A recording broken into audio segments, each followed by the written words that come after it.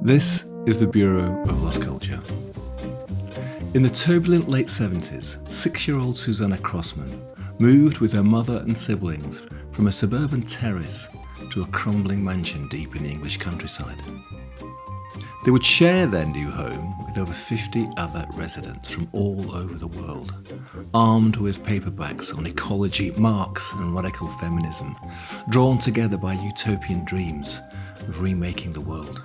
While the adults adopted new names and liberated themselves from domestic roles, the kids ran free.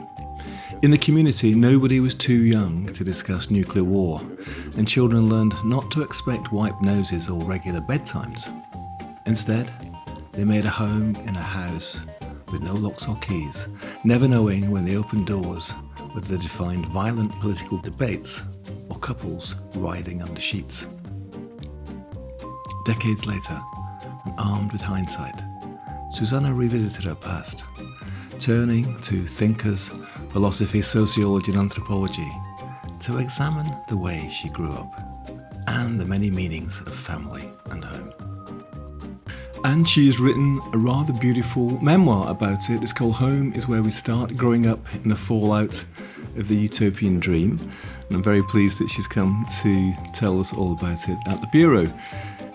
If you haven't been to the Bureau before, do join us in this quixotic endeavour to collect stories of counterculture, of the underground, oral testimonies from the other side. You can check it all out at bureauoflostculture.com. You can drop us a line, as have Julie, Christine, Leonard, Liz and John of late.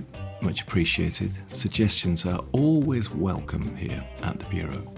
Now, we have covered the notion of being a child of the commune before. There was Vanessa Hollingshead, who was ricocheted from one acid-fueled experiment in New Living to another in North America and in Scotland. And there was Nancy Thompson, whose wonderful stories of growing up in rural Norfolk in a kind of rock and roll hippie community. But Susanna's is very different. It's a commune, we probably say, which was founded on the ideological ideals of Marxist socialism. It was quite something, as we're going to hear. The dark and the light. We're also going to dive into the liberating power of punk and that style icon, Lee Bowery. But let's begin with what it was like to arrive at that big house for Susanna. A man's black beard tickles my face. We're lying on a dirty carpet in a gigantic hallway. He squeezes my 7-year-old hand. "Look up," he says. Above us, a grand staircase turns, coiling in 3 wooden flights. Landstrapes with balustrades lead to corridors to 60 rooms, attics and basements. Since we arrived this morning, I've run through the dark mansion, opening shutters, letting in light. A girl pulled my hand, took me outside past a naked white woman doing yoga, her nipples like red wine gums. An angry man shouted, "Bloody kids!" We became horses in an ancient apple orchard, cantered past sequoias tall as the sky. In a vegetable garden, a boy gave me a Chinese bun. A little lost girl wailed. It might have been me. Everything here feels like it will never stop. My shoes have disappeared, along with my mum, my brother, and my sister. "Look up," says the man with the beard. Hordes of men and women carry old mattresses down the staircase, emptying out the house. They have come from around the world, London, the States, India, and Africa, to make this place into a community. I catch their conversation. Previously, this dilapidated house, outbuildings, and land was an old people's hostel, an army base, and originally an English country house. It is 1979. It is tabula rasa. A black woman in a boiler suit walks past. She says, "Every single thing will change." If I climb up, past their words and faces, beyond the staircase, there is a stained glass ceiling. Green, yellow, blue and crimson glass encased in lead. The ceiling is a turning kaleidoscope, an ever-changing view. it whirls. You have a beautiful smile, the bearded man whispers in my ear. His hair touches my cheek and I don't like it. Everyone here has long hair. Suddenly, I long for our old house, our quiet Sussex street, for my father who has left us, and for my books. When I look down, away from the ceiling, the man has gone. I am alone on the carpet, in the crowd, in the house. I stay there for 15 years. Thanks, Susanna. Welcome to the Bureau of Lost Culture. Thanks very much, Stephen. Actually, that's the seed from which your book, Home is Where We Start, Growing Up in the Fallout of the Utopian Dream, grew, isn't it? Yeah, it's the first part of an essay I published in Aeon called The Utopian Machine in September 2022. It's all in there, actually, in a strange way, isn't it? In those sort of 4 paragraphs. I mean, the book is a sort of wonderful evocation and spreads it all out. And, of course, talks about your life and your family afterwards. But that was it, you arriving at this place, and it's got a sense of the wonder and also the threat of it all. It's very much that. I've often said to people it was like being in an amusement park and being kind of shut in and living there and never being able to get out. So this feeling of things being thrilling, exciting, you never knew what you'd find behind a door. And then similarly, this complete sense of bewilderment, the kind of dangers of that type of environment. But I think that hope, that extraordinary sense of not only could the adults change everything, but that we were part of this kind of incredibly privileged moment culturally in history where everything would be reinvented. In terms of this programme, that's deeply countercultural. Although the interesting thing for me about your story is that in terms of, let's call it an intentional community, maybe would have called it in previous times a commune. It's actually quite late in a way, wasn't it? 79 into the 80s. I wasn't aware, and really until reading your book, that those kind of living situations were still being set up that late on. I associate them with the early 70s, right? There was a whole generation of people at that point who were obviously baby boomers, a lot of the women who'd found themselves, as we had, a single parent family. And at that moment in time, economically and psychologically, most women had been housewives before. So they suddenly found themselves in a precarious position without financial stability. It was even difficult sometimes to have bank accounts. They couldn't necessarily take out mortgages. Still that late on? Yeah, really? Wow. It's extraordinary. A lot of the people who went in that particular community, there was a lot of people in single-parent family. Late 70s going into the 80s, Thatcherite England, hunger strikes, riots, IRA bombings, cruise missiles, Greenham Common, that's coming. The society itself is definitely not like it was in the early 70s. Britain's a very different sort of place, isn't it? Yeah, I think we forget quite how violent that era was. I mean, every single year you were having riots in Brixton, there were the riots in Birmingham, and actually people were dying in the riots. The social contestation against Margaret Thatcher was just absolutely enormous. And that climate of political social change was very, very present when we first moved into the commune. Almost what was going on outside the world slowly kind of infiltrated. There was a definite shift to people becoming less socialist. More therapists moved into the house. There was a whole kind of personal development. Okay. But it was very much a community based on, I'd say, a mixture of a kind of hippie perspective and then a very strong socialist, Marxist ideology. There was still the question of what was behind the Iron Curtain. Right, it had been fully revealed, right? Yeah. Can you talk about, there were South African journalists, academics, London feminists, German filmmakers, Californian ballet dancers, Indian writers, American dropouts, and they get together in Liverpool, of all places, and decide to buy this decaying large house in rural England, and they get together to intentionally form a community with this ideological and quite hardcore political basis, right? Was your mum one of them then? She joined the meetings, and I think it was a kind of way out from this sort of suburban life that she'd almost been abandoned in. So I think there's, an immense amount of courage in what she does at that moment. And so when we arrived, because there was that strong ideology, it was these constant meetings to discuss how decision-making would be done, what the names of the different places in the house would be called, what would be communal and what would be private. It's really interesting to see the parallels by a lot of with movements in architecture at that time, which in London, they had these ideas of pop-up buildings. Like constantly they would say the word space. We had these things called space meetings. To define what was personal, what was private, what was communal, what was individual. Yeah, and what happened inside spaces. You know, I'm saying this even now with a sense of perplexity, like, what did they actually mean by that? But it was to do with exactly that, I think. What was private, what would happen within a space. And then obviously within the different spaces, so the space under the stairs became like a dumping ground, and everyone would get very, very angry about that space because no one was looking after it and people just shoved their crap there. And you get it in a lot of communal experiments. There's the sort of highbrow ideology, and then there's the very nitty gritty of a lot of the time nobody does the washing up or cleans up after themselves, and the houses are very dirty, and there's kids hanging around that no one's looking after, of which obviously I was one. And so there's this huge difference between theory behind the movements and then the actual practice of how you put it in place. The noble ideal and then the actual who's cleaning the toilets. Yeah. But just to backtrack a little bit more, so you were growing up in suburbs in Sussex, right? Your folks split up. You're 5 or 6, right? Yeah.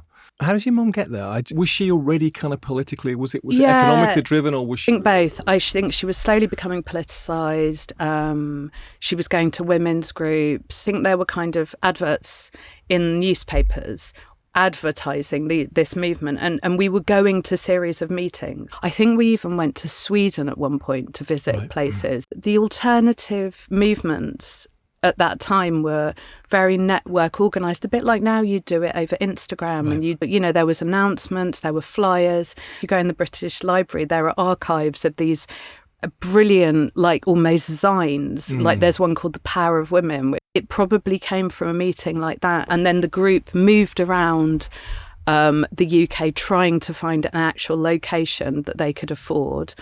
Most of the members then chipped in an amount of money to buy the property, and then they set it up. I can imagine that thing like flyers on the wall and compendium books in Camden and stuff like that. Exactly. About looking to be part of something, and of course a lot of the squatting that had happened in the cities, certainly in London anyway, that was getting formalised into housing co-ops. Yeah. When I first came to London, I actually lived in a housing co-op. Yeah. The tail end of it, actually, you had to go to meetings and be sort of vetted, but in a kind of weird way. It was you were almost being vetted about whether you were cool.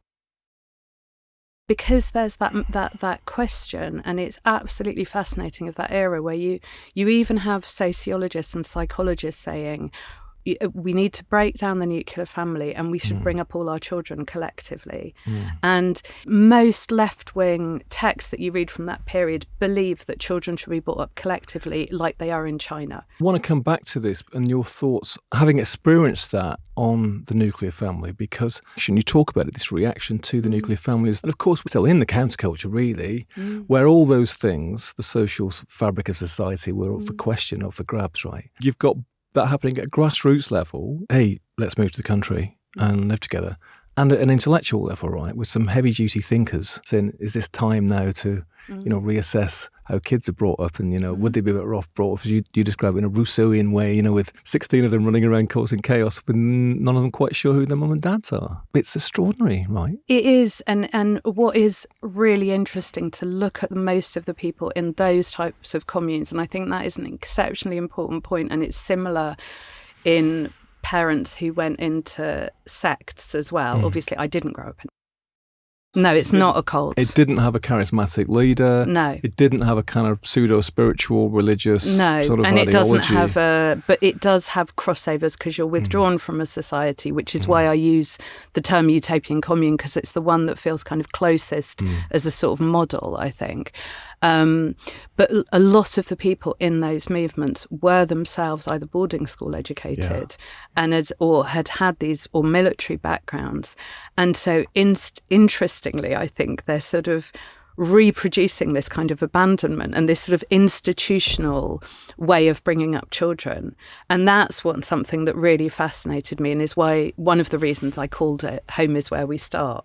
Because one of the things I really wanted to question was whether or not, if you grow up with 50 people and a constantly changing crowd, and also a place where you kind of move geographically, so we were all living in these units and then we would change kind of units, whether or not that ultimately is a home.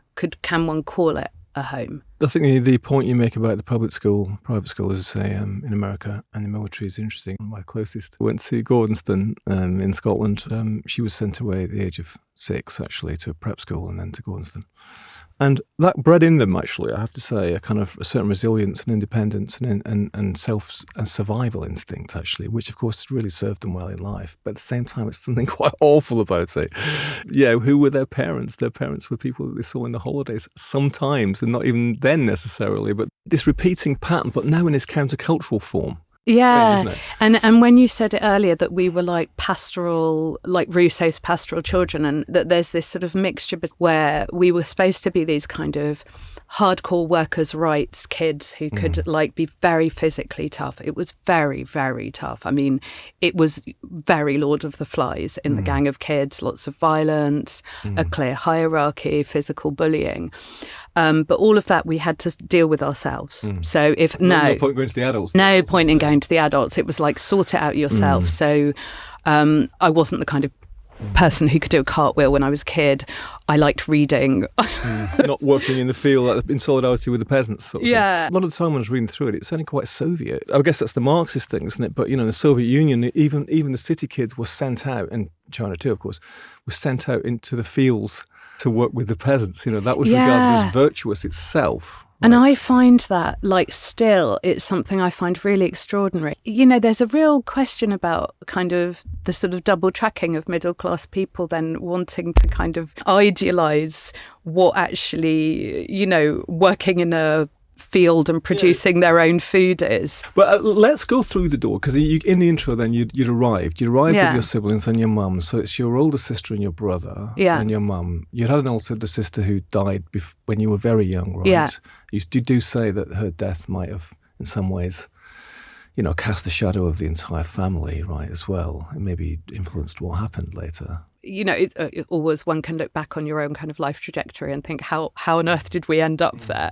And my sister died in a kind of freak accident when she was 5 years old. I was a baby. The whole trajectory of our life changed at that moment. Then my parents got divorced 2 years later. Because often those tragedies can pull people apart, can't they? Yeah. Oh, 100%. And I think it put us in a precarious situation. And I think that felt like at that time like a good solution to that tragedy, moving to the house. What was it like for your dad, the fact that, you know, your mum took you three off to live in this frankly weird place? He found it really challenging, and I think even now looks back with quite a big sense of regret and responsibility that he didn't kind of intervene at a certain moment in our upbringing. So you move in, you've got a unit, as they're called. It's this vast house, right? It's a 60-room house, and it's divided up. The ground floor is the kind of communal rooms, right? And yoga, cooking, all sorts of other stuff, right? You've got, you know, which is like a little suite of rooms. You've got a bathroom, no water, heating and hot water, not always available. And I thought we could just talk a little bit about life in the place. I mean, some very vivid descriptions in the book, and you always seem to move between how wonderful it was and how awful it was. Meetings, you say, held all the time, you know, where your whole way of life is designed and decisions taken by consensus. Of course, that sounds quite anarchistic and positive, right? There were good words and bad words. Commune, you weren't supposed to say commune, right? You had to say community, is that right? Completely. There was a kind of like vocabulary of very clearly defined within the community. As we were told communes were associated with hippies. So we were a community because that was more serious. And it took me years to realise afterwards that I did actually grow up in a commune. Then anything to do with wanting to earn money was seen as very negative. Today, I say very clearly I'm a feminist, but I was brought up by second wave feminists, and at a moment where within the community, being a feminist was being like a man or being like a boy. That's how I understood it when I was 6 years old. So I needed to dress like a boy. I needed to behave like a boy. I shouldn't wear dresses or like anything feminine. The nuclear family, obviously a bad thing. You weren't allowed to call your mum, were you? You had to call her by her first name. Yeah, as soon as we arrived, that was very clearly defined. We weren't to call her by her first name. And it was seen as a massive sign of weakness. And obviously as a child, every now and again, a kind of like mum or a mummy kind of falls out of your mouth. If you're upset or something, right? Fallen over or bashed yourself, you might want to call it for your mum, right? If you're a kid. Exactly. But that was like disgrace. Disgrace. People would look at you, the other children would laugh at you. You say mum or dad by accident, and the other kids would sort of point at you and laugh as you'd be sort of shamed, publicly shamed. Yeah. If you look at research about revolutions and particularly socialist, I think those are very specific. I think models of like kind of more anarchist, they're very different, but there's a lot of things based on purification, a very strict sense of rules, and something that's collective. And there's this idea that everyone has to toe the line. So if the collective is good, individual desires and needs and wants are sort of not so good. Capitalism obviously was bad, femininity was bad, Barbies were bad, individual success was bad. The good things were, of course, feminism, the working class struggle revolution and the poor. But I was intrigued by this. You had to use the word vagina rather than any pet names, and you had to sort of stick your finger in chicken intestines and yeah. They'd get the drawings of spare rib and like go like, like this is your vagina, and you're sort of 6 or 7 and there's no age appropriateness. And that's not to say that one shouldn't use the word vagina, but there's kind of ways of using euphemisms. And I think all human societies use euphemisms and symbols to describe different aspects of our lives. There was in that particular type of upbringing an ideology behind the idea that somehow if we were exposed to this sort of very hardcore, I think the adults were breaking away for a convention. So if they said the word shit rather than, I'm going to the toilet, it's like I'm going to do a shit. It was like this sense of like, we're so free. So it's a sort of ruthless eradication of anything sentimental. Yeah. Right, and romantic. Those were signs of weakness or decadence in some way. Yeah, right? And as though if you're very political, everything can be described very factually. And it's incredibly brutal when you're a child. And there's no sense of home within the environment, but also kind of home and safety inside yourself, because then talking about your body becomes quite complicated. And I'm really fascinated in how political thought affects people's experience of their own embodiment. And I talk later in the book about punk, which I think was a total liberation for me. Other things were economic theories, nuclear war. Obviously, you need to know about that. You need to know about rent prices, male chauvinist pigs, every man's a potential rapist, and Nicaragua's destabilization by the CIA. All important things, I would say, but possibly not all that important for 6-year-olds. It's fascinating. I think now I have as an adult, having grown up in that environment, I feel grateful to have had certain aspects of that education, but I think it's the bombardment and then the feeling that anything on that bad list that you might want, you then start to feel guilty if you want it. And bearing in mind how complicated it is, because the adults stay within their microcosm and almost like a kind of, sealed off, hermetically sealed off, where it's like an echo chamber. They're all saying the same thing. Whereas the kids are actually having to go outside and go to school. Right, yeah. And then you're confronted by this whole world where, all the mums at the gate have got like lipstick on and you think, oh, they look quite... It's quite nice. But then you feel slightly guilty for feeling about that. Oh my God, you feel you feel a sense of treachery, but then equally you have to fit in at school. Yeah, I mean, I think you say repeatedly in different ways that, this was an adult fantasy. This was an adult dream to live this way, with and these values, these virtues, in many ways, they're good things, things about actually equality and the evils of untrammeled capitalism and all this stuff is good, right? Well, yeah, but that was the adults doing their thing. The kids were co-opted into it without any choice. And so they were living out the consequences too. And what might be, deliberate austerity for an adult is poverty. and slight shame at school for kids, right?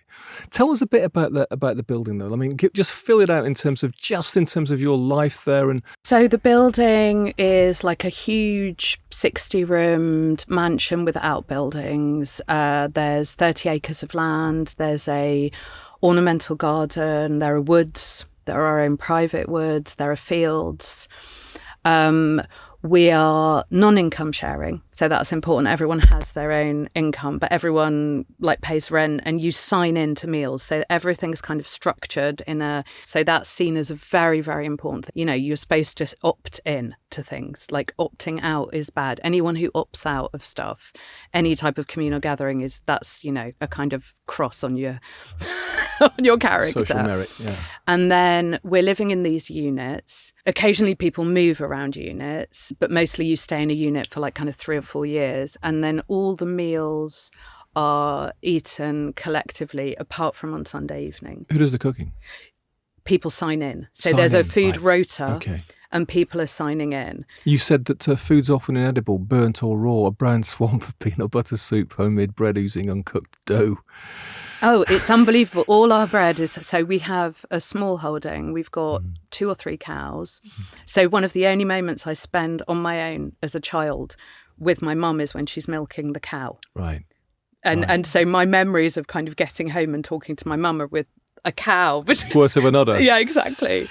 Wow. And then we have a huge vegetable garden, and then we buy food from cash and carry, and we eat. So I drink all raw milk. I eat nearly all organic food, which means that I have an incredible constitution today, physically. I bet. And you said that it's individual income, so people were working in the societies, people were going out with jobs and things. How's the money coming in? There's certain aspects of it that I'm kind of presuming. There's a little bit of guesswork in what I'm saying, but a lot of people are on the dole. Mm-hmm. And then I think some people have private income. Okay. And gradually people start going out to work. And that's something that becomes more and more prevalent as the socialism and Marxism era fades, and as people but then you've got people who are like academics, you've got people, you've got a varying number of professions, but that's probably from about 78, 79 through to the sort of mid-80s. And you said there's about 32 adults, about 18 kids-ish, but the adults are changing quite a bit. There's people coming in, people coming out, people joining, people leaving, right? Constantly. And what's fascinating is that you're spending time on a very intimate level. So you're going downstairs to have your breakfast in the morning, and there will be a different person at the breakfast table. And then that person, you immediately are establishing a relationship. So a lot of people who brought up in communes, and it's my case, I can strike up a conversation with anybody. So it gives you a kind of, which is a major gift, isn't it? A sort of social confidence, at least. Yeah, right? But it's a bit like what you said earlier about your friends. That really struck me. I'm very good at survival. Right. It gives you that incredible technical ability. So survival, coping in a situation. So you're with all of these different adults. So you're learning these social skills. And you're with these people, sharing breakfast, sharing meals, getting to know them. And then all of a sudden they leave and you never, ever, ever see them again. Ever. And you had to get used to that too, right? Because you might have formed an attachment with them and suddenly they're gone. And probably the adults aren't even going to explain to you why they've gone, right? No. Right. That inconsistency in the social relationship, because we are in a moment of history now where people are starting to look at communal living again, and quite understandably, I think, because it's really interesting in the social economic model we're in today to think, well, actually, how can we all afford to live, not be isolated, etc. But I think that idea of consistency for children, but for other vulnerable people as well, and heritage and past, because a utopian model is just constantly looking forward. I think as you grow up as a child, those things are incredibly important in terms of attachment theory, how you perceive relationships, etc. Let's just talk about the adults for a moment, your mum included. So they're coming and going, and I'm guessing that in all these situations, just, well, even the way you describe it, there's quite a lot of anger floating around between people, power struggles, natural things. It's bound to happen, isn't it? So, you get a hierarchy building up quite quickly, right? Is that right? So certain individuals start to want to control other people, etc., etc. Okay, I mean, I remember very quickly realising how low down we were in that hierarchy. Okay. Very quickly as a family, because we were slightly vulnerable, because we'd suffered this kind of tragic accident, and people who were high up in the hierarchy were people who were the most aggressive, who often shouted the loudest in the meetings, and there was a very, very clear sense of a power structure. I used to sit in between a random adult's legs. I mean, for hours at these Friday meetings, I'd go and sit in them. Kids are very good at, aren't they, intuiting who's actually got the power, right? You know, I mean, it might be the domineering ones, you know, or the scary ones, right? But kids can work that out, can't they, quite quickly? Very quickly. Yeah. And you know how it's working, and you're kind of thinking, you know, how are we going to get power? Or keep on the right side of the people with the power. Right. Yeah, because they were scary. I mean, when you talk about that anger, there was so much anger. It was, you know, people like screaming at each other and humiliating each other, and people walking out of meetings and crying and slamming doors. And some joyful moments as well. Yeah. But there was, it was, when I said early on about that thing about as though it was in amusement park or a fairground, it's very much that. There's this kind of like the bright lights, the hope, the joy, and then there's this really frightening bits. Very, very frightening. An argument could be made that it's better out than in as well. This is the fact that people express their emotions and get their conflicts out in the open. You know, it's better than the classic British way of keeping buttoned up and keeping it all down, and the resentment sort of, you know, burning away under the surface until they erupt like a volcano. I don't know, because it is still incredibly uptight in English. That's what's fascinating. I mean, when you see what happens, and for example, when the punks come and there's this huge punk party and all these punks invade the house, it's kind of like, you know, and there's this, no, these aren't political, and you know, they're all superficial, and they're all wearing makeup, and they're interested in superficial things like clothes and music. But in terms of that, and so the adults themselves have, and of course, like we said earlier, like you repeatedly say, they're kind of living out their own ideological fantasy in some way, right? Trying to free themselves from this kind of post-war conventions, this new ways of living and stuff. And what about loving? So, and for your mum in particular, people were falling into relationships and out of them. How did all that work? Was that a classic sort of 70s free love vibe there? No, I wouldn't. It was, I think people were kind of having new partners, but it wasn't free love. Right. I think what as a child that was different is because there were no locks on any of the doors, is that you would quite frequently open a door and walk in on people naked or people having sex, but not because there were orgies or because people were constantly changing partners, but because the way the architectural space operated, there were no locks and no keys. And that was intentional, right? That's a really good question. I imagine it was intentional. You just were constantly walking in on things, a bit like the language thing. Like they would be using shit or, you know, all of those words. And the idea that you could, as a child, I think it was intentional in the idea that this space was a free space. Yeah. But for example, the stereotypical idea of sex and drugs was definitely not something that was prevalent in my childhood, even though I lived in this commune for 15 years. It wasn't. And I think that was one of the most sort of difficult things sometimes when I was interviewed for press and radio as a child, which I was constantly, was that's what people were imagining the house was like. This is a sidebar.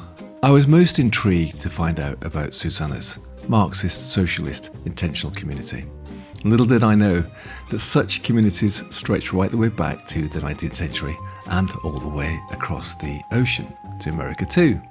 The Young America movement was inspired by Marxist ideals and established several communes in Wisconsin and New York back in the 1840s. Skilled craftsmen, farmers and intellectuals all lived together, sharing tools, rotating jobs and making decisions as a group. The Icarians, who were around from the 1840s 1840s to the 1890s were founded by Etienne Cabet, a French socialist who corresponded with Marx and led hundreds of followers to establish communist communities across America. They had their own newspapers, schools and workshops, and everything was owned collectively from spoons to spinning wheels. The black Marxist communities of the 1870s right the way through to the 1930s in America are interesting. And they combined Marxist principles with racial liberation. The Coloured Farmers Alliance in the late 1880s established several cooperative communities in the South. They were building parallel institutions away from white supremacy. A lot of their efforts were violently suppressed, but their legacy lived on in the black cooperative movement. And what about Lana Del Rio? Picture a desert valley in California where 1,000 socialists decided to build their dream community. Their own print shop, post office, hotel. Everybody earned the same wage regardless of their job. And they were around during the First World War. While America had its utopian experiments, the real heart of Marxist intentional communities was in Europe, where Marx's ideas first took root. For example, William Morris and the Hammersmith Socialist Societies. William Morris, artist, poet and committed Marxist, turned his London home into a kind of proto-commune. And the Hammersmith Socialist Society, they shared resources and skills. Morris's workshops became experiments where craftspeople worked without hierarchy and shared their knowledge freely. And what about the Liverpool Communist Anarchist group of the 1890s? Combining Marxist economics with practical mutual aid, they ran communal kitchens and even had a system where members could access tools and books that belonged to the collective. The White Way Colony was formed in 1898 and it's still going. It's located in Gloucestershire. It was established by people who followed Tolstoy but soon attracted Marxists and other radicals. They abolished private property, they even burned the deeds to their land and established collective farming. It's a bit less radical today, but still run on cooperative principles. Of course, there's Christiania in Denmark. We've actually covered this in a previous show. While not exclusively Marxist, the residents abolished private property, established consensus democracy and created their own social services. Back over here, the London housing cooperatives in the 1970s and 80s were Marxist groups that took over empty buildings and turned them into housing co-ops. They weren't just about providing affordable housing, they were attempts to create non-hierarchical, collectively managed living spaces.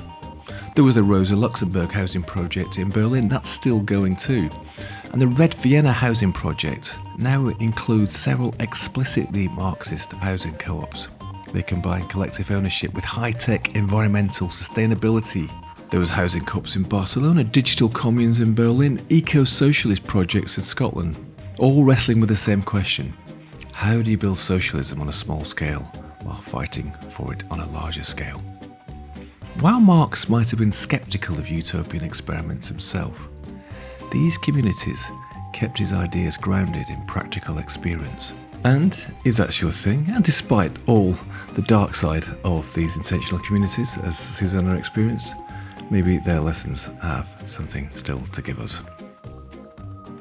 You do talk about this opening door after door, often closing them again quickly, shocked by a weeping woman, a father slapping a son, a couple having sex.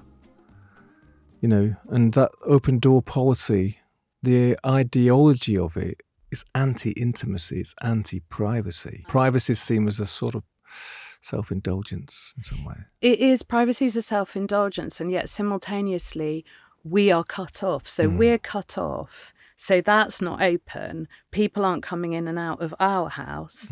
You know, we're at the end of a long drive. We're kind of in the middle of the countryside. And very quickly, for example, school friends come and it's disasters happen and you're cut off, and then simultaneously you're wandering around and as a child you're pushing open doors and there's no knowledge of the danger that can be there. And as I get older, it becomes a more and more dangerous place to be in. The wonder for a child of opening a door, you know, the excitement of what's on the other side of it, but also there's a terror. You invited your school friend, 7-year-old girl came to play.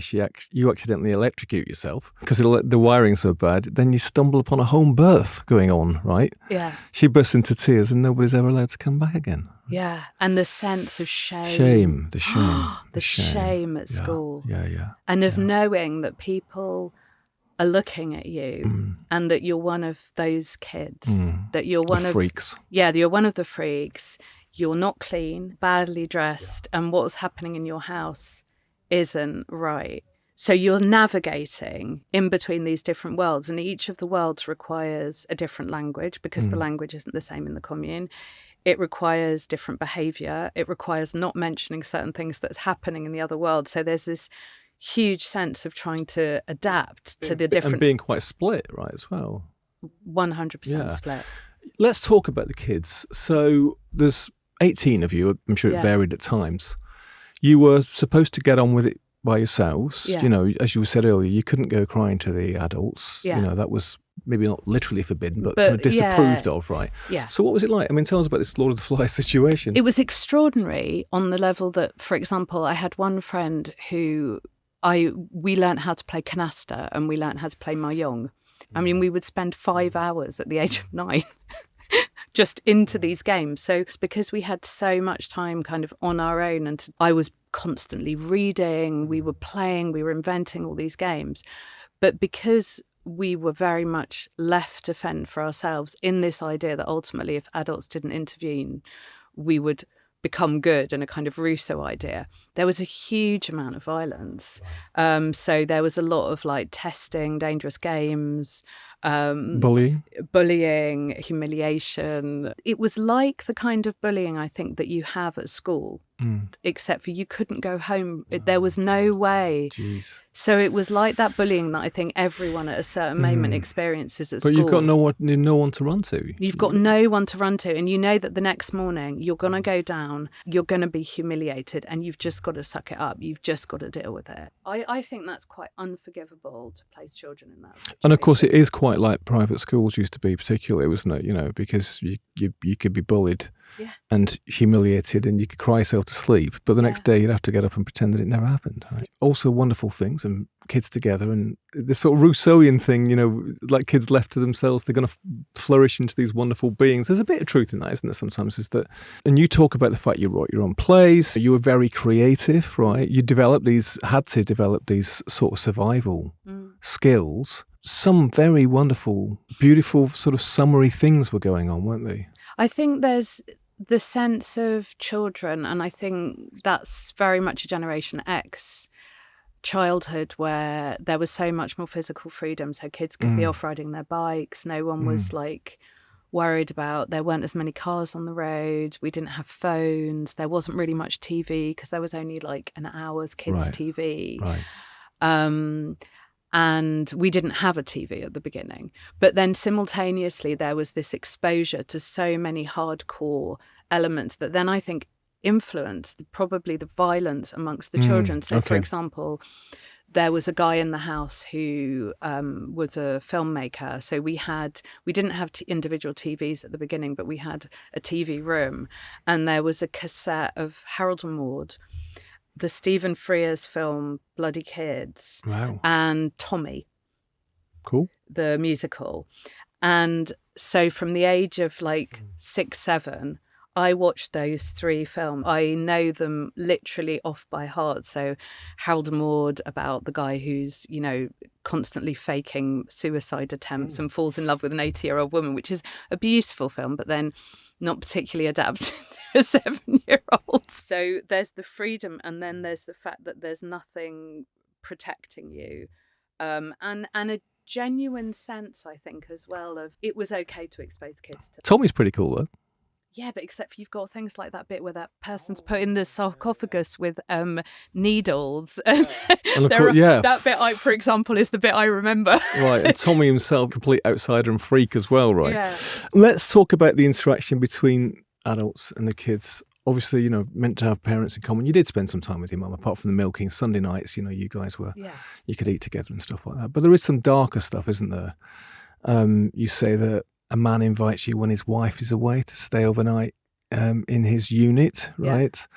You made friends with a musician, an ex-convict. You sit on his lap beside a photograph of Woodstock. He repeatedly tells me he loves me and he will marry me. This really struck me, actually, was that you say, because of the way you're all living, when sexual abuse occurs, is it incest? Because you're all brothers and sisters with common parents, right? Exactly. It's a huge question to me in terms of children who suffer forms of sexual violence who grow up in communes, I think symbolically there is the notion that is happening within your own home. Obviously not with a blood relative, but still symbolically it's like a stepdad or like, and I think the type of freedom you were talking about earlier, the wonder of those summer, that lyrical kind of idea, which even I feel like I had. There's this sort of, shadow, and there's this stuff kind of creeping in, and very often in those type of living experiments, because there's such a changing crowd and the spaces are so big, I think that they are places where there are sexual predators and sexual violence happens. It's almost systematic. It has to be, and you're going to get some very shifty people coming in, right? And you're going to get some... And vulnerable people. Vulnerable people coming in too, right? Yeah. And obviously kids who are not used to boundaries in the same way. Some very dark stuff as well. And weird stuff, like when I described the guy who's a musician, like he would sit me on his lap and he'd say to me, I'm going to marry you, I'm going to marry you. And then he started to tell me this was a secret and I wasn't allowed to tell anybody. And then I told people at school. I just got bullied in the playground for months because I said I was going to get married. You're humiliated at school, right? Yeah, because I was 7. I thought that he was going to marry me. I actually... Which at the time probably didn't seem so weird because he was a funny and interesting guy, right? And I was hanging out with this guy who was an ex-heroin addict, and I was spending probably 4 or 5... 8 hours a week sat with this guy, chatting.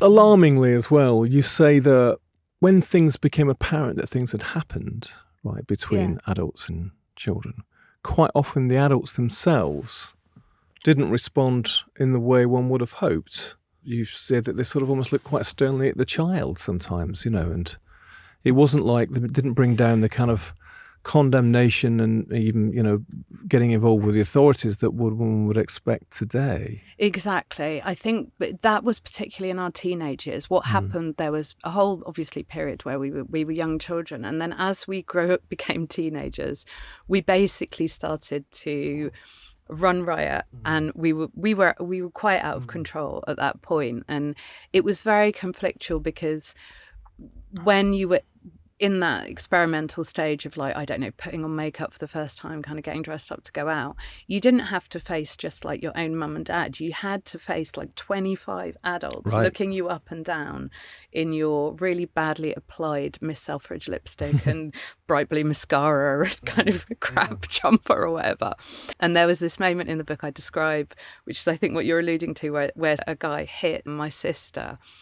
And what is extraordinary at that moment is it is more, but kids are really difficult. And it's not quite she asked for it, but it's kind of veering in that way of what do you expect if you're going to dress like that? Hannah Arendt talks about very clear moments in history where political activism and actual experience separate, and that's where you get totally dysfunctional, abusive behaviour. And I think that's what was happening at those moments, is because we were in a community, it meant that everything was going to be okay. It was like we were in this brilliant world, so at the end of the day, it wasn't that serious what was happening. Well, also there's probably a fear of looking at the shadow as well, because look at the shadow too deeply, then maybe the whole thing's going to start to kind of crumble or be questioned in some way.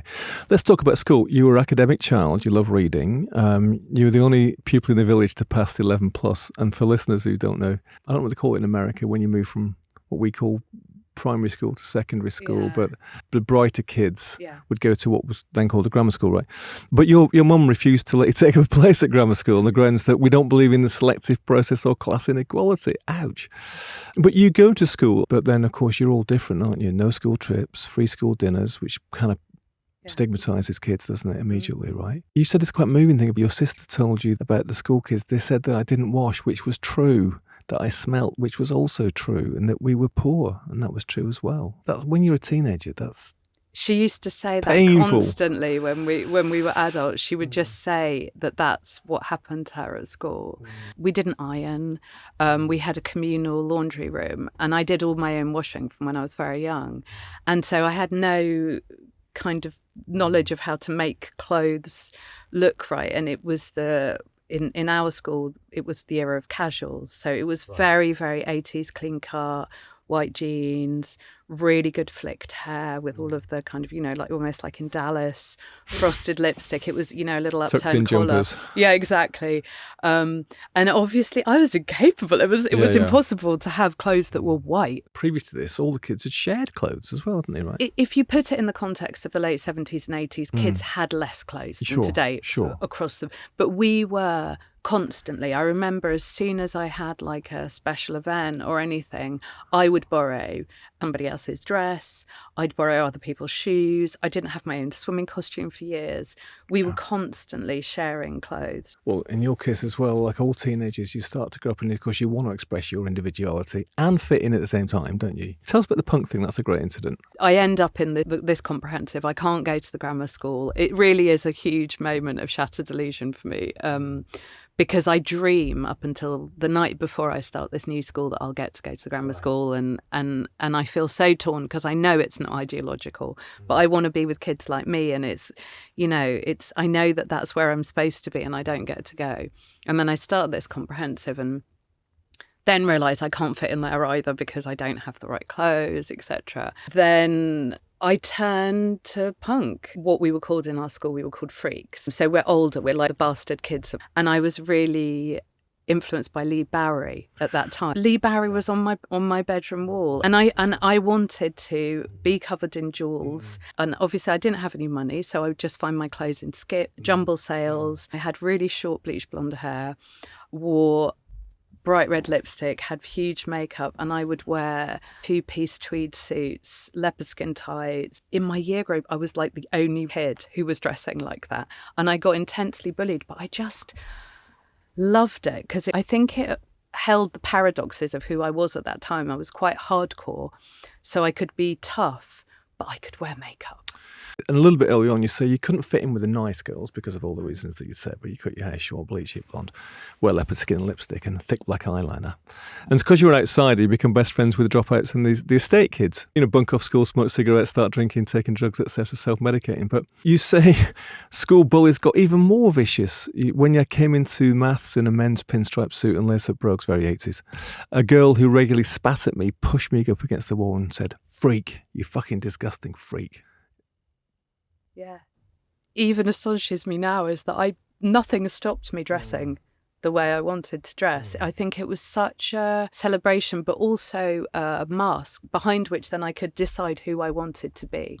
And it gave me a sense of personal freedom, which was huge. Absolutely huge. While it kind of had these two paradoxes, which I think punk gives you, it's very harsh, it's very spiky, but it crosses the class scale. It has loads of paradoxes. You're neither feminine or masculine. You can do so many things when you're dressed like that. Yeah, and you don't need to be pretty. Looking at the original images, it was you needed to have style, but being pretty or being a particular shape wasn't part of it, and you could dress quite intimidating. Lee Bowery at times looked actually terrifying, didn't he? There's a sort of wonderful, beautiful ugliness about it all as well, right? And so that worked for you, didn't it? Because you couldn't maybe compete with the nice girls, but actually you could stand out and be an individual by this bricolage of stuff that you find and make yourself. And it's exactly that. It's bricolage, it's DIY.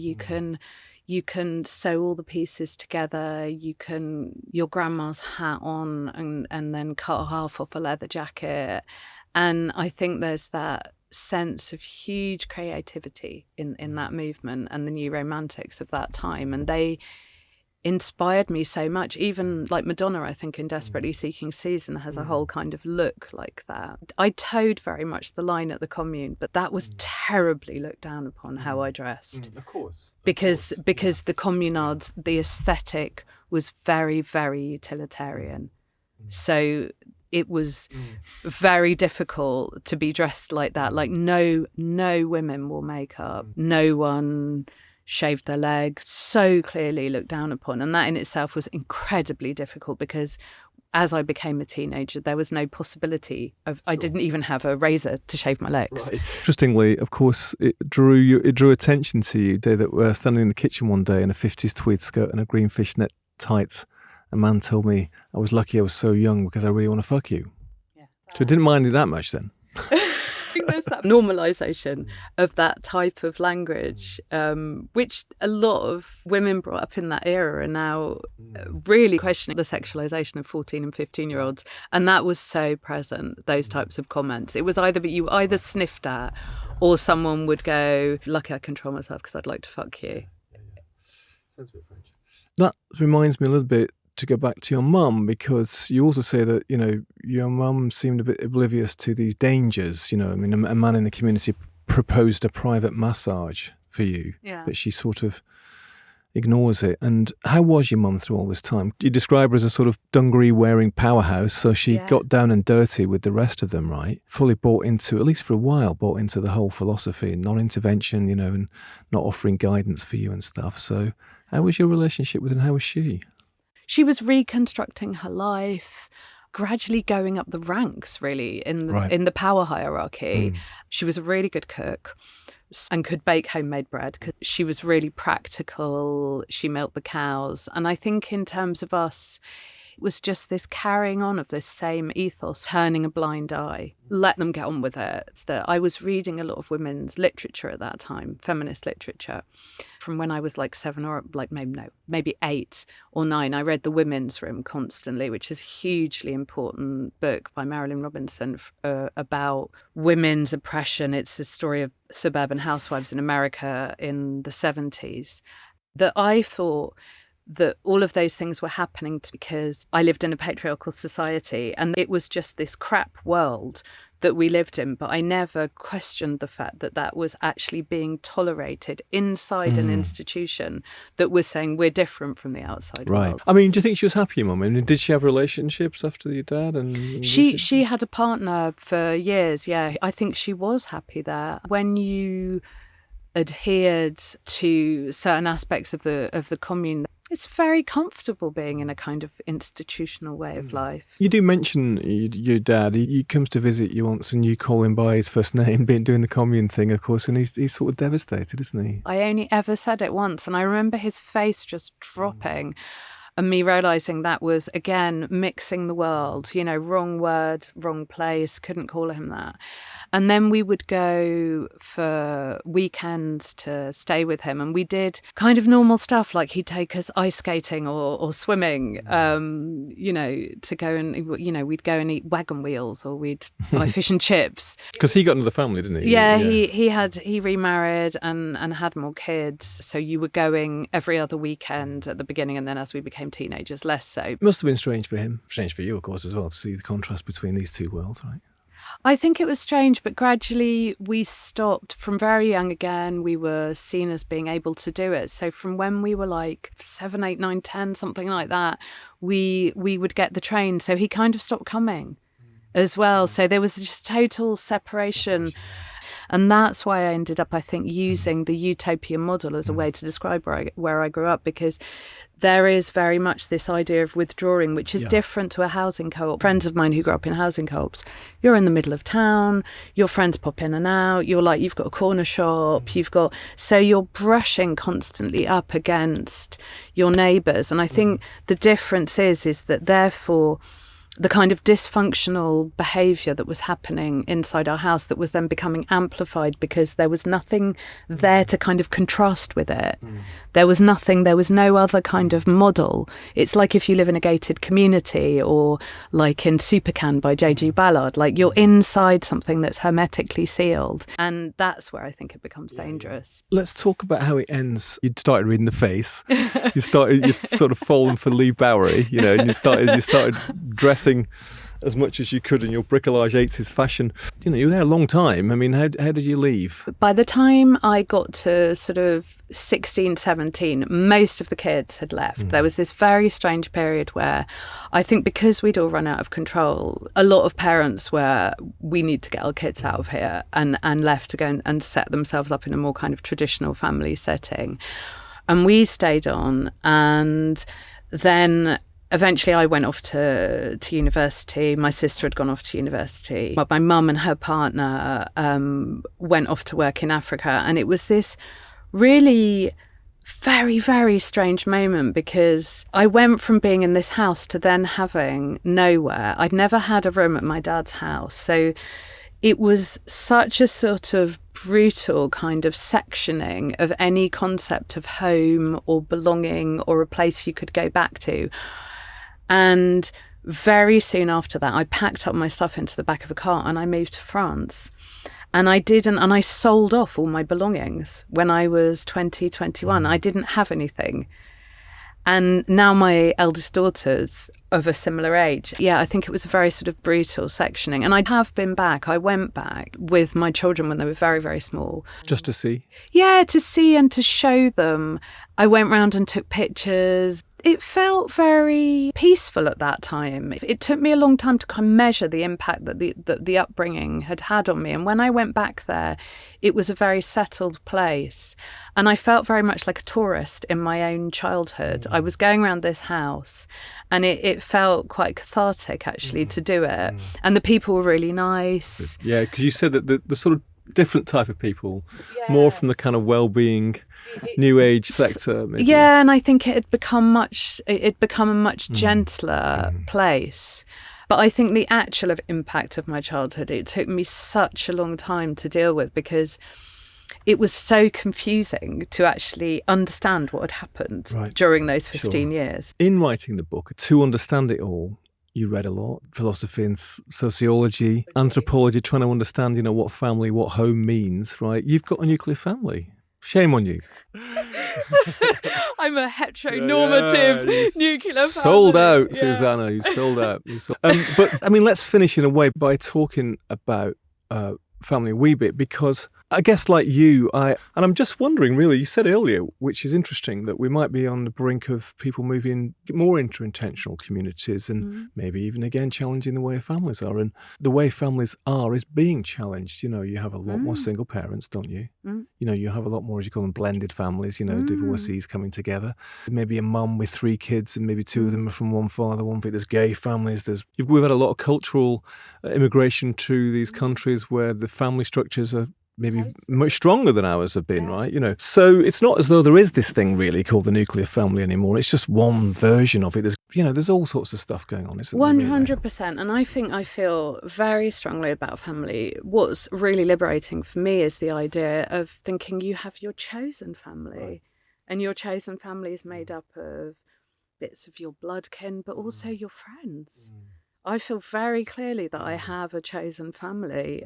I'm very glad and hope that sort of experimentation and questioning in a countercultural way will carry on. We need it, obviously, economically. Living in London is a nightmare for young people, just financially, etc., etc. So there's lots of imperatives to do it, and a lot of the good things that happened probably came out of being challenged too. Rather than retreating to our little bubbles, right?